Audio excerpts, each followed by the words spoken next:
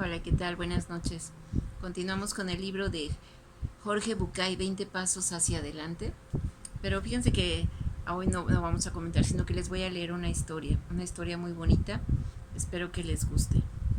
Está un poquito larga, pero espero que les guste. La verdad está muy hermoso el final. Dice, esta historia transcurre en la Francia de 1900, en los comienzos de un durísimo invierno. Marie era una niña de 11 años que vivía en una antigua casa parisina. Desde que el frío se había hecho sentir, ella empezó a quejarse de un intenso dolor en la espalda que se volvía intolerable al toser. Cuando el médico fue a verla, le dio a su madre el diagnóstico que más temía, tuberculosis. En esa época, todavía sin antibióticos, la infección era casi una garantía de muerte. Lo único que los médicos podían hacer era recetar algunos paliativos para el dolor, cuidados generales, reposo y fe. Estos pacientes, como casi todos, les dijo el profesional, tienen más posibilidades de curarse si luchan contra la enfermedad. Si Marie deja de pelear por su vida, morirá en algunas semanas. Y luego agregó, sabiendo que era más un deseo que un pronóstico, estoy seguro de que si la mantenemos calientita, bien alimentada y con muchos deseos de vivir, cuando el invierno pase, ella estará fuera de peligro y la tuberculosis será solo un mal recuerdo. Cuando el doctor se fue, la madre de la niña miró el calendario. Faltaban todavía 2 largos meses para que llegara la primavera. Sabiendo que ninguno de sus compañeros de clase vendría a verlo por el comprensible, aunque injustificado temor al contagio, la madre fue hasta la escuela de Marie para rogarle a la maestra que se acercase a casa a darle algunas clases, no tanto por el aprendizaje como por emplear algo de su tiempo de encierro y aburrimiento. La maestra le dijo que no podía hacerlo. Lo sentía, pero había 4 niños en el curso que todavía... Ay, perdón. Lo sentía, pero había 4 niños en el curso de la misma situación. Ella no podía ocuparse de ellos, debía cuidar de los que todavía asistían a clase. Al día siguiente, mientras colgaba coronas de flores caseras por la casa, tratando de contagiar la alegría que no sentía por las fiestas, la madre vio la pálida cara de su hija y la tristeza reflejada en su expresión.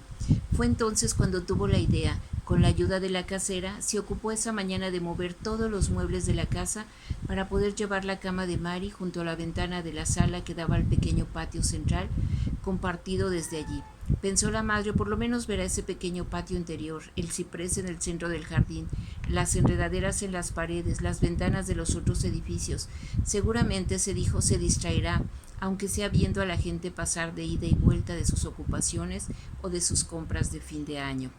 Entrado enero, el invierno se volvió más y más frío, y con ello la niña se agravó.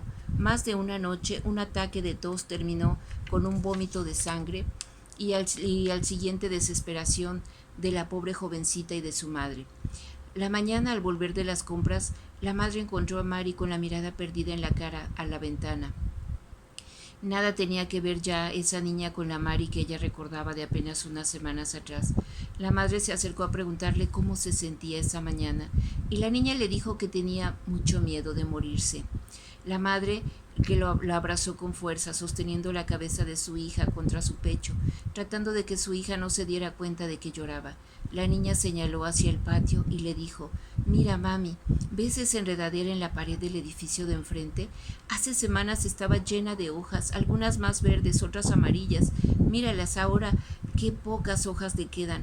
Acabo de pensar que cuando la última de las hojas de la enredadera caiga, mi vida también llegará a su fin».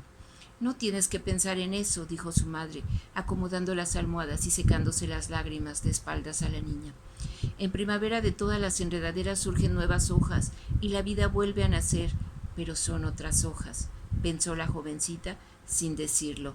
La enfermedad seguía su curso con altas y bajas, pero cada vez que el médico venía a visitarla, veía cómo el ánimo de la paciente decaía en la misma magnitud que su estado general.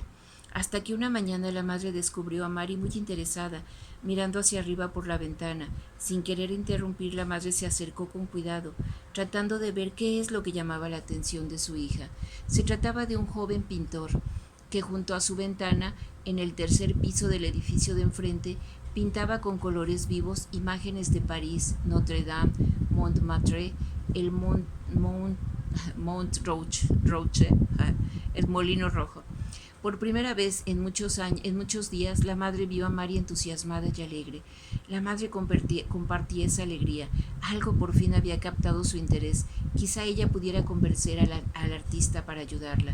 Esa misma tarde, la madre cruzó hacia el edificio y llamó a la puerta del pintor.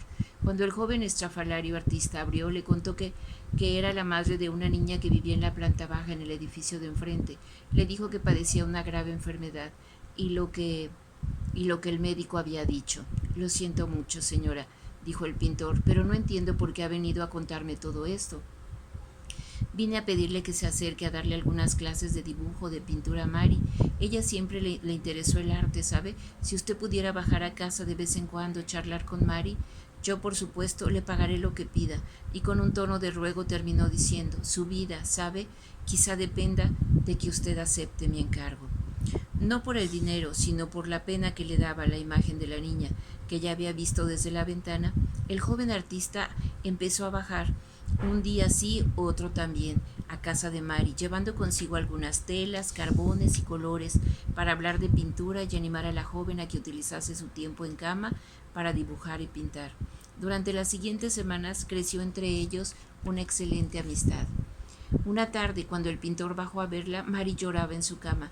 ¿Qué sucede, mon chéri?, preguntó. Mari le contó de su relación con la enredadera y luego le dijo, ayer después de que te fuiste hubo muchos vientos y muchas hojas cayeron. Cuando la tormenta pasó conté las hojas que quedaban. De las miles que había entre sus ramas solo quedan 28 y yo sé lo que eso significa. Si se cayeran hoy todas, no habría un mañana para mí. El pintor intentó convencer a Mari de que esa asociación era una tontería. La vida seguirá de todas maneras, le dijo. No debes pensar así. Tienes que practicar las escalas de colores y dibujar las manzanas que te pedí. Si no, nunca llegarás a exponer. De hecho, gracias a haber practicado mucho en mi vida, me ha llegado una invitación para exponer mis pinturas en América. ¿Te irás?, preguntó Mari sin querer escuchar la respuesta. Volveré en mayo como muy tarde, le dijo el pintor. Allí, si has practicado, iremos a pintar en la campiña, recorreremos los museos y te enseñaré a pintarlo al óleo. No sé si estaré cuando regreses, pintor, contestó Mari. Depende de la enredadera. El artista, encariñado con la jovencita, la abrazó y prefirió no hablar de esa fantasía. Solo la besó en la frente y le dejó indicaciones de qué hacer para estar ocupada hasta que él regresara. Cuando Mari se fue, Mari sintió como si el mundo, cuando él se fue, Mari sintió como si el mundo se le derrumbara, y en un negro presagio vio como mientras el pintor cruzaba hacia su casa, el viento arrancaba de la enredadera 3 hojas de golpe y las dejaba caer violentamente en el patio. Desde ese día, cada mañana la niña controlaba desde su ventana la cantidad de hojas que quedaban en la enredadera, y cada mañana registraba un agudo dolor en el pecho cuando comprobaba que durante la noche alguna de sus acompañantes había caído para siempre. ¿Qué pasa, hija?, le preguntó su madre después de una agitada y febril noche. Mira, mamá, dijo Mari, señalando por la ventana, solo quedan 3 hojitas, una abajo junto al cuadro, otra en la mitad de la pared y otra más solita, arriba de todo, al lado de la ventana del pintor. Tengo miedo, mamá.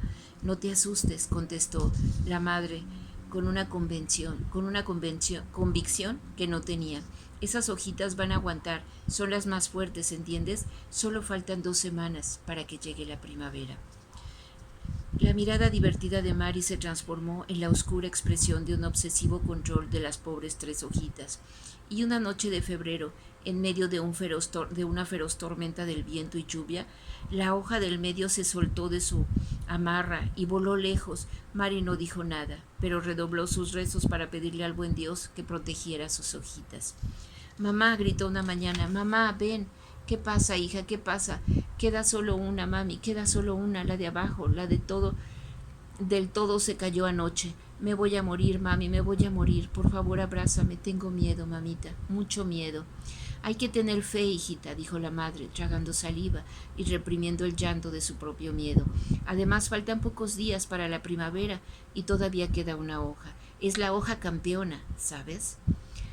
Sí, pero hace rato la vi temblar. Tápame, mamá, tengo frío.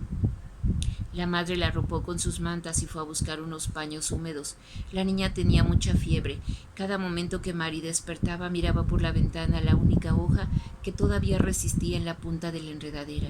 La pequeña hoja marrón verdoso se aferraba solitaria a su base, y la niña al verla cruzaba instintivamente los dedos pidiéndole que resistiera para que ella también pudiera salvarse. Y la hoja resistía. Nieve, lluvia y viento. Pasaron los días y la hoja aguantó, hasta que una mañana, mientras Mari miraba su esperanza, vio que un rayo de sol iluminaba la hoja y descubrió que a su lado y más abajo de la enredadera pequeños botones verdes habían empezado a aparecer. Mami, mami, la hoja ha resistido. Llegó la primavera, mami. ¿No es maravilloso?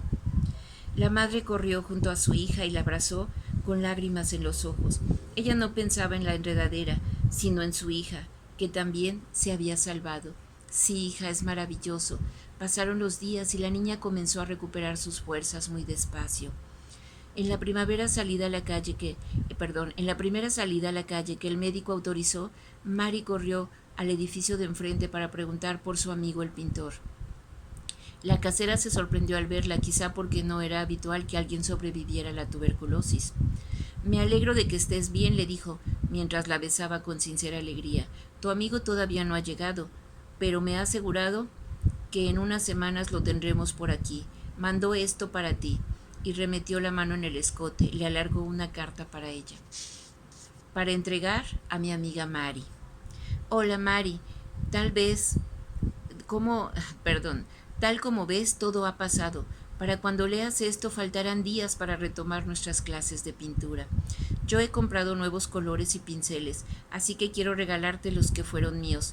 Dile a la casera que te abra mi apartamento y llévate mis cosas.